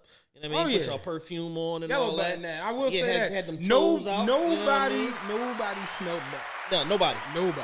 You know what I'm saying? Look great. You smell great. You know what I'm saying? Yeah, but Ryan had she had a nice joint. Steph hosted it. Shout out Steph Fox. She hosted it. She did a poem that was real decent. Then Ryan got on the mic. Ryan is an interesting. Very talented. Yeah, I didn't know. She started singing. Yeah, very talented, man. And then she was singing like climb on the piano singing. Yeah. I was like, all right. She started singing. Then I couldn't even see that she had the background dancers because Melanie and them was in the way. I didn't realize the background singers. Yeah. People started saying, I was like, who the fuck is that? I'm like, oh shit, she has singers. It was a whole production. Then the nigga on the sax started going wild. It was like, damn, this is an actual. I'm like, yo, we need to do a little bit more for our shows. You need to get an instrument. I'm gonna get the what's the keyboard the keyboard guitar. Word up. I want one of the straws. The vocoder. It's coming to tambourine. This nigga, word up. We'll do a cameo cover at our next live show. That'd be hilarious. But yeah, man, it was cool. The drinks was free. I ain't drink. I don't drink. I had one drink. I had a Henny Sangria. Yeah, Henny something. You know what I'm saying? Lauren was on food. LA Prep, she was on food. Oh man, give it up for the food. Yo, the food was. Listen, I question women who ain't overweight that make macaroni and cheese. I question the shit, man. But it was like, you know, macaroni and cheese now in the black community has jumped the shark. Yeah, like it's completely. You know, I told you I saw macaroni and cheese, but it was like lobster mac and cheese, and they had the lobster laying on top of the bed of macaroni. Holding a piece of shrimp with a crab on his back. Like, yeah, so. Got the shrimp in the claw. Lobster got a little crown on. Oh man, what? You lobsters could never. You lobsters could never. You imagine pulling the foil back and it's the lobster. What's the deal? Probably wonder how I got here. Oh man, what? But shit, the you can't eat seafood. Can't eat seafood. But the seafood salad was that delicious. Shit was so fucking good. Macaroni and cheese, and then everybody's favorite. Teriyaki meatballs. Had them baby shower meatballs. Had them baby shower meatballs and shit. Yeah, man. Food was slamming. The like I said, the drinks was free. It was a cool little event. You know what I'm saying? I had a great time. And then once they started twerking and, you know, asses was falling out of pants, it was like, oh, this is cool. You know what I'm saying? It's a little hot, but it's cool. We just at the window and shit. We like our ass fall out. Yeah, we was outside. But it was fun, man. It was fun kicking it, you know what I'm saying? It's wild because even me at times, I go out and be forgetting that, like, people know us. Yeah. And people not. Motherfuckers did, yo, I love the show, bro. Yo, I fucks with the show. Yo, y'all show so funny. And I'm just like, yo, I be forgetting that shit like, a lot. So, yeah, shout out to Ryan, man, for having that dope little event everybody pulled up for. You know what I'm saying? If you haven't, go get her book. Go follow her on Instagram. I am Raya. She's been around. She's been on the show, podcast community. She had her own show, Raya's World or whatever. Even she said it. I said, like, who been here since Raya's World? I'm like, damn, yeah, I remember Raya's World and shit. Like, but it's dope to see. I say that all the time. We have so much creativity in this city. And we kind of just, like, latch on to, like, violence and bridges collapsing and stupid shit. Yeah. But outside of that, we really do have, like, people that are multifaceted. They can do a lot of things. You know, and it's dope to go to these events like Clint doing his comedy joint, or Ryan doing her book reading, Steph doing poets and comics. You know, just all these live podcasts. It's just so much shit. And I like the fact that, you know, even somebody mentioned it to me, like, you know, how do it feel being like part of the arts and entertainment community? I'm just like, damn, yeah. I am a part of the arts. I am a part of this shit, ain't I? Like, yeah, it's kind of wild. I can't sing. I'll get on the piano, but I can't really sing. Can't really play the jump. But if Chad bring the keyboard guitar, we get this party going. We'll figure it out. That's funny as shit. We should do some shit like that. That would fuck everybody up. That would be hilarious. But yeah, like I said, I had a good time yesterday. No, I had a ball, man. It was fun. I had a ball, man. You know what I mean? Being in a place with good, well-behaved black folks. And that's that yellow button. That's a under. There wasn't, at least from what I saw, I didn't see no security. I saw a man in jeans with loafers who clearly owned the establishment. But, like, outside of that, I didn't see no security, and it wasn't unneeded. No. And that's what we be trying to tell, like, a lot of these venues. Because they look at us, and they look at you and me, tattoos, jewelry, and they black just faces? Like, how much security be? And we try to tell them all the time. We don't need about 14 guards. Yeah, we don't need that. Like, I mean, y'all gonna be here 30? We need 14 guards. Yeah, how many people you bringing in? 200. All right, so we need 120 security.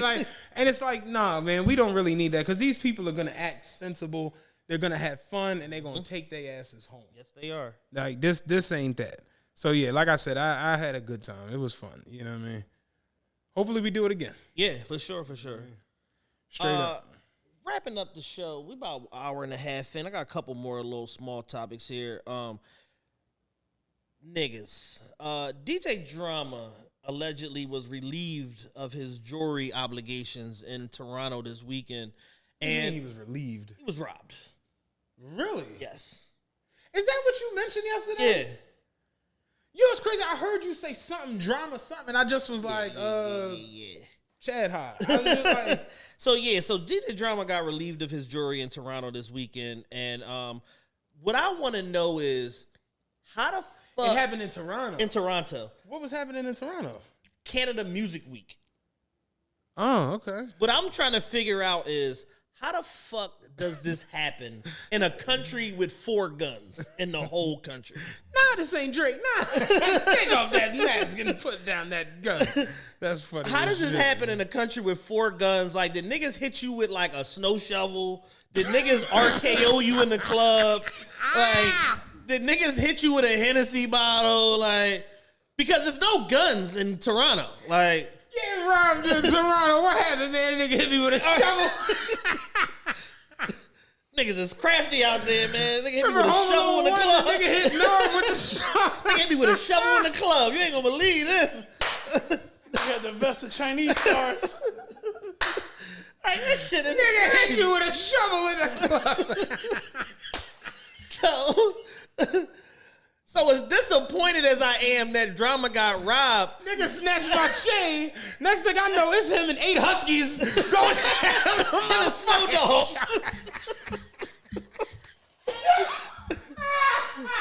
Getting booked for your jewelry in Toronto is crazy.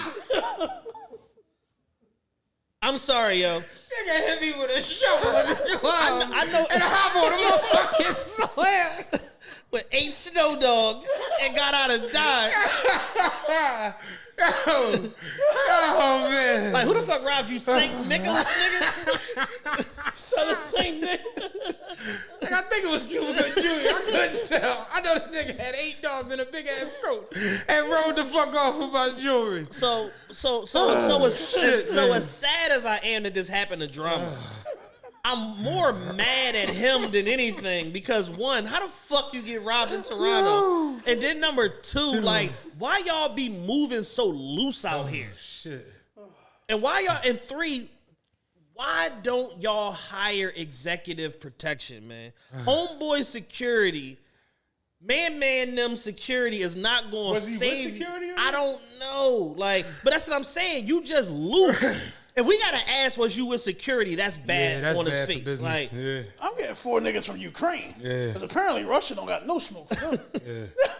4 Ukrainian motherfuckers. What Dave with Chappelle said. slingshots. Said they beat the Russians, motherfuckers touching hot doorknobs and stepping on rakes. Stepping on rakes. Silly as shit. Yo, They man. get shot, come and take you. Give me a Yo.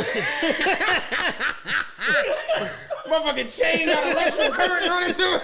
Nigga try to snatch your Cuban and get shot to death. Silly as shit. So I know they already started the Drake OVO Oh, yeah. shit. So listen, the niggas that robbed him did a PSA. It landed on this one kid, top The 5 niggas, spin. the niggas who took the The jewelry? niggas who took the jewelry, all ski masked up. There's a PSA video out. DJ Drama, you slipping out here in Toronto. We got your shit. So you see them holding the 3 chains or whatever. They allegedly took his watch too, and they like, yeah, shout out Drizzy OVO. Oh my God, man. Shout out Drizzy. Oh, it's like, yo, what the fuck do I gotta do with Yeah, this shit? Drake Like, in the crib playing fake roulette. I'm like, what the fuck is this? He playing roulette for 98 million on a yeah, spin. pick up Chubbs. Like, yo, did you see this? Yo, niggas just robbed Drama and shouted you out. Yo, my homie be like, yo, I seen Drake won like 47 million playing roulette. I'm like, of course you did. It's called promotion. Not real money. Called The Game Is Rigged. Like, what the fuck? Like, We let him play with Monopoly money so that we can take y'all real money. yeah, nobody betting actual money would let you bet $12 million on one hand number. roulette. On one number. They would call every governing body in the nation. Like, what the fuck? That is funny as shit, man. So, Damn, yeah, Drama. Drama's tripping, man. And it's like, yo, Drama can't catch a break. at it some seems. point, here's the thing. Drama has beautiful jewelry. He has nice, elegant, high-end, well put together, classy ass jewelry, man. And now it's going on a greasy neck tour through the Canada Project. Greasy Neck Tour is so funny, man. And it's just a dumbass lesson to learn. Imagine your chain getting lathered. Neck grease. Greasy neck grease. Like, That's funny as shit, man. It's becoming more and more apparent that like it's only a handful of like people in the music industry that know how to navigate and move around through these different like environments and come out unscathed. Lil Durk being one of them.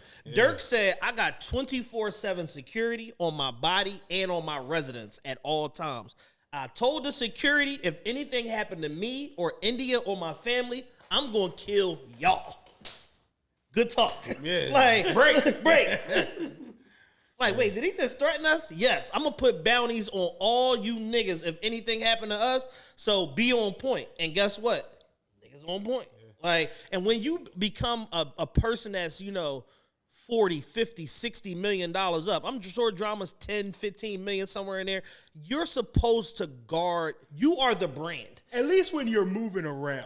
Maybe not so when you're home and you kind of more relaxed. I guess you got your crib, you got your security systems. When I go out party on the weekend, I take security. Yeah, but it's like when you go to like things like that, events, especially when you in another country. Yes. You definitely, like, I'm not going to another country, especially on that type time, that level, without, Yeah. I don't give a fuck if I got to spend half the take.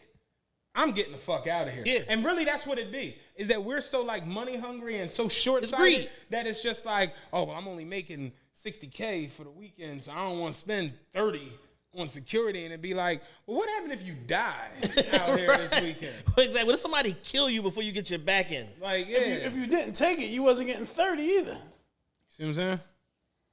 Yeah, but these same niggas will spend 30 on a private jet but won't spend 30 on security. And it's just like, you are an idiot. And I can understand, I guess, the attitude of like, oh, my shit insured, I get some more or get paid, whatever, which is cool. My biggest thing is, what if you run into a knucklehead that just want to catch a body there? Yeah. Now what? I don't give a fuck about these things. Fuck that, but I got to get out of here. So to get out of here, I don't even want to be in here. Exactly. And before, serious, like, what they say, the best defense is offense. Mm-hmm. Like, get me the fuck out of this joint. Seriously. Yeah, I want them white niggas with suits and earpieces. Get him out of here. No words, get him out of here. Like, we'll figure this shit out. Yeah, niggas tried to rob the CEO of Fashion Nova. He went in the crib. Security shot it out with them niggas. Yeah. Dropped them niggas. I'll send a letter to the consulate and we'll get all of this. Get all this sweet on it. Somebody gonna come scoop these niggas up. You'll never even know this happened. Real shit. Hopefully get all this shit done before sunrise. When my neighbors he in the crib watching out the blinds like, man, they going to work out there. They getting busy. Yeah. My sister, give him a raise. Yeah. Little man and them don't stand a chance against Stanislav and Milos. He ain't fuck with Milos. Straight up. Hell no. Yeah. Sorry to DJ Drama, man. God damn. Yeah, no, it's an unfortunate, dumbass lesson to learn, especially in a place where ain't nobody got a gun. You know what I'm saying? It's just a dumb lesson to learn, and it's like, yo, you do all of this hard work, you make all of these strides, you make, all of these right moves in the music industry to earn the money to be able to afford these nice things, and then some filthy nigger fucking relieves you of your jewelry and rides off on a fucking on a toboggan. Yeah, it's like it's a dumbass lesson to learn. You know what I mean? Nigga hopped in a luge. He had the sketches with the skates on. Had the bobsled outside. Can you imagine 4 niggas rob you and jump into the same bobsled? Get Canada the fuck out of here, man. Yo, man, straight up. Ain't no way, dog. Ain't no way. What do you say? River State Property 2, Sparks. Yeah, you think you gonna rob me the pink fucking road? Real shit, man. Like, y'all is not about to rob me and hop in a bobsled. That is not cool. That ain't it. Nah, fuck that. That's not it at all, man. What else you got over there? I want to talk about Paul Pierce. Oh yeah, Paul Pierce was big wildin'. Paul Pierce was on the Ticket and the Truth live stream with Kevin Garnett or whatever, powered by Showtime. And Paul Pierce essentially in this situation is at work. He's at work. He's with his former teammate, most annoying team of all time, 2008 Celtics. We've already mitigated that. And they are together, live stream, doing a reaction stream to NBA Finals game. That's all they got to do. Yep. You got to sit here in these nice little theater chairs, Watch basketball, commentate on it. Give some player-related insight that nobody else is going to be able to deliver because we the ticket and the truth. That's all we got to do. Paul Pierce, for whatever reason, that wasn't good enough for him. Paul Pierce decided, I got to bring a call girl with me, and I got to do a couple lines of cocaine before I show up to this live stream. Paul Pierce, I figured it out. You know I'm real good with analogies. Yes. Paul Pierce is a legend that is so unbelievably corny and annoying. He is the Scott Storch of basketball. He's the Scott Storch of NBA Hall of Fame. You see what I'm saying? That makes sense, right? You a legend. You done a lot of shit no one else has done, but You a corny legend. we just don't. Yeah, man. Corny Like, legend. Straight up, dog. Paul Pierce he's highly annoying, yo. And it's like he be thinking like I'm cool. Thinking like, he's doing some thorough shit. Until somebody pull his coattail and then like you fire and he like, oh, I was tripping. Damn. When he went on I Am Athlete podcast and he spoke about him getting fired from ESPN, he spoke about it from like a standpoint of like he was still shocked and surprised. And I'm just like, is this the stupidest nigga on earth? Right. Like, he was like, yeah, man, you know, but they got this thing called a morality clause and shit. Next thing I know, I'm fired, you know? I was just smoking some OG with some hoes at a friend's house. Ain't like it was my house. Yeah. And I'm just like, oh, you a fucking idiot. Got it. Yeah, man. P Double crazy as shit, man. Like, And Kevin Garnett, you watch the stream. Kevin Garnett is like trying his chill, hardest, like, yeah. yo, chill. At one point, the stream went down, and I'm pretty sure Kev choked his ass. Yo. Like the stream was down for like 4 minutes. I knew it was going full Zion Williamson when he was like, "No, you can order these bitches for a day." For a day. This is my girlfriend for the day. Say what's up to the ticket. You know what I'm saying? Say what's up to my man Kev. You see her hand reach over. Hey, hi, I'm Camille. How you doing? Which is probably a fake name. Of course. Probably a pseudonym. It's her real name, Rachel. You know what I'm saying? Like, oh, Paul Pierce a wild ass nigga, man. They just freaks. Just a bunch of freaks. What'd you say? Barrel of freaks. Barrel of freaks. Barrel of freaks, man. Barrel of freak niggas, man. Yeah, I hate that 08 Celtics team, man. All of them. Doc Rivers, Poe. I think the only one I fuck with is like James Posey. I like Rondo. Yeah, Rondo. I do like Rondo. But Gotta fuck with Rondo. who else was Sheed on that team? No, she wasn't on Nah, that she team. went on that team. Number 36. She came the year after, I Yeah. think. Wasn't Shaq number 36 on the Celtics too? Yeah, that was when it was super over. We had no facial hair. Super It was wide. super over. Shaq was about 407 pounds wearing number 36. Yeah, Shaq looked like Grimace. You know what I'm saying? They're like, well, 32's retired. 33's retired. What we got? 34 is retired. What about 35? No, that's Reggie Lewis. 36.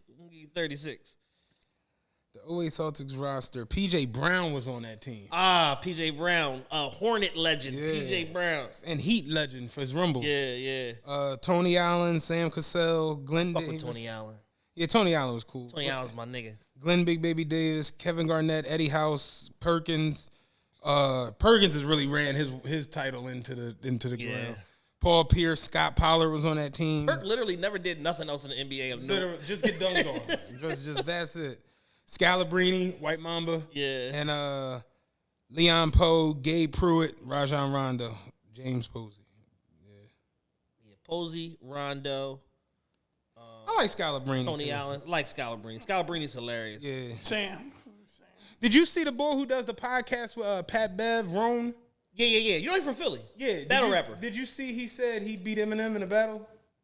And Oh, what battle? yeah, a rap battle, I guess. You know, grilled cheese battle. I don't fucking know. It's like- but Pat Bev was like, Tomato bisque battle. Pat Bev was like, you're out of your mind. He was like, no, I don't get why people had this thing with like Eminem, like he's this great battler. And he's like, have you not watched some of my battles? He's like, yeah, I watched them. That's exactly why I said Eminem would trash you in a battle. And he was just like, yo, this is supposed to be the Pat Bev show with Rome. Like it sounds like it's the Pat Bev show against Rome. Like that. They was funny as shit. But I'm sitting there like, yo, it brought up a good point where it's like, is Eminem that great of a battler, or are we just like got him in that mythical space of like, we don't understand him, that don't mean that he nice type? Well- are you in that rarefied air where you just like untouchable, or is it like M ain't really, you know, like is it that? He's touchable, but not by Rome. if that makes sense. He's like, there are some battle rappers that may be able to beat Marshall, like people that specifically operate in the battle rap. But space. it's crazy though when you watch Roan battle, he sounds like young Eminem. Yeah, no, Roan is good. But no, I'm saying like you're I don't want to say replica, but you know where you got your You can't. And that's the thing. your framework. You can't beat me with a style I fathered, especially when I have 39 other styles. Like your framework is young Eminem. Yeah. So I'd have to imagine that And you never move past that framework. So I have to imagine that old Eminem still has. Like, I got a book. Yeah. I go into that old shit. Yeah. Like, once you hear a song like Rap God, and Eminem literally does every style of rap for the last 40 years in a row, it's like, what do you do with that? That first track on that, what is it called? Kamikaze? Yeah. Was that the name of the song? Where he did, you have any idea how much I hate this choppy flow? Everyone copies though? Fuck it though. Get this fucking audio. I'm an audio. Like, he was running through. There's nothing he can't do as a rapper. Then he did the Gucci Gang. He did into that joint. Then he did the Migos flow. Then he did the Hey Ma shit. Oh, like he was ripping that joint. So it's like, M could do just about anything. His ability is not to be questioned. He's top 3 of all time. His subject matter leaves a lot to be desired. I would imagine, I'd like to throw in that his cadence isn't easily digestible to hip hop ears at times. Yeah. Because think about it, Eminem introduced hip hop to a lot of like people that don't really have an understanding of Rakim or Mo D or G-Rap. So they came into hip hop as Eminem fans and they think that's what hip hop is. Yeah. So when I see a battle with a guy like Roan or a guy like Disaster, I can tell where y'all get y'all framework from because it's that. Yeah, it's from Marshall. I can tell you didn't listen to Biggie. I can tell, not saying you didn't listen to him at all, but I can tell your cadence doesn't come from a Biggie, Jay-Z, Big Daddy Kane tree. I just know that's not where you're coming from. That's fair. So I look at somebody like Eminem where it's like, ability-wise, it's not, I don't know. We saw him get on a song with Jay-Z and kind of like park it to where it's like, it made Jay look kind of like, that's all you came with? And like it had people on that type and the fact that the verses came with the record, and Jay did a phenomenal performance. It's not better. Like I personally like, because again, easily digestible. Right. So when Jay say I had to hustle, my back to the wall, ashy knuckle, pocket Subject filled matter. with a lot of lint, not a cent. I got a vent. A lot of innocent lives lost on that project bench. Why you hollering? I gotta pay rent. Bring dollars in. Buy the bodega. Iron. Like he was ripping that joint. Yeah. But M just was. He was married to the beat. It just when he hit that. I'm a motherfucking spiteful, delightful, Eiffel, the new Ice Cube. Motherfuckers hate to like you, but what did I do? Like, it was just like, all right, white boy. Like, all right, white boy. Yeah, it's like you reluctantly had to give it to him. Yeah, and it's one of them joints. And it's like against almost every battle rapper, and every rapper, period, in a battle setting, he's going to do that to them with the exception of like Loaded Lux, Kendrick. It's motherfuckers out there that can get with him in that Redman could get with him in that joint, but it has to be one. And you got to be overly charismatic to beat him. And y'all dudes, y'all charismatic. It's his charismatic. Exactly. So you're not gonna out charisma the white boy who had enough charisma to make it crack. It's like remember when when every little rapper in Philly was Beanie Babies, like, and they all had the same Beans delivery and the drawed out slurred and fuck the Beans Babies. Do you remember when the video mixtape Big Star shit popped and every young nigga was rapping like Cicero and Reed Dollaz? Yes. Every one of them rapped like Reed and Cis. I remember that shit. It's like, you can't beat me with a style that I fathered. So it's like, so as good as y'all may be present day and being active battle rappers and this and this and this, I have no doubt in my mind that all Marshall does in that big ass house in Michigan is just make songs and diss raps to everybody in rap 20 hours a day. Yeah, on vinyl. Press them up himself. Yeah, real shit. So yeah, I thought it was a funny conversation. Like, at least the way he was playing around with it. Like, it wasn't like no fuck out of here, I'll rip more. It wasn't that. There's a handful of people that would even be in the discussion. Like you said, Redman, Kendrick, Lux. It's certain people. I personally don't even know if like the big time battle rappers even, because it's too different. Like, I don't want to see Charlie Clips versus Eminem. No. That's just not even in the same wheelhouse. Like, you know what I mean? Like, it's very few people who can get on that cerebral level of breaking down words and doing different type flips and all of that crazy shit. Like, that's why, to me, the Kendrick, Drake, J. Cole shit is like, they're so different. Yeah. Like, it's just so all over the place. Even Nas and Jay, they weren't in the same exact thread of the way they were making music and putting shit out. Maybe Young Jay to a certain extent, because he was doing like a visualization more than he was, you know, and later on. Jay and Nas are comparable up to Jay's verse on Young G's, and then it stops. Yeah. And then Jay became a whole nother fufucking guy. He became Jigga. Yeah. Became a whole nother fucking guy. Nigga. And then after that, he became Jehovah, and then it just turned into S-Dot. Yeah. It was just, Oh, y'all gonna pay for this? Yeah. Y'all gonna pay top dollar for this? Yeah. I'm not even trying. Yeah, I'm going to Budweiser. Y'all got me fucked up. Straight up. You got anything else you want to throw out there? No, I got a couple other topics. I want to talk about the Home Depot girl, but I'm going to save that for Patreon. Because I got to kind of get filthy on that one. But yeah, that's pretty much all I got today, man. But I'll say this. Over 20 women have posted themselves working at Home Depot in the last 24 hours because that girl went viral. Oh, yeah. Monkey see, monkey do. Oh, yeah. That's the way it go. What was we talking about before we start? We went on air. They trying to get you. Yeah, that's the life. Everybody's doing their audition to be who's to be Tyler Hero's fourth girlfriend. Yep. Everybody. Because that's more valuable than, you know, than Ed the Plumber's queen. Like Ed the Plumber doing good. Ed the Plumber making $150 a year, $175. Yeah.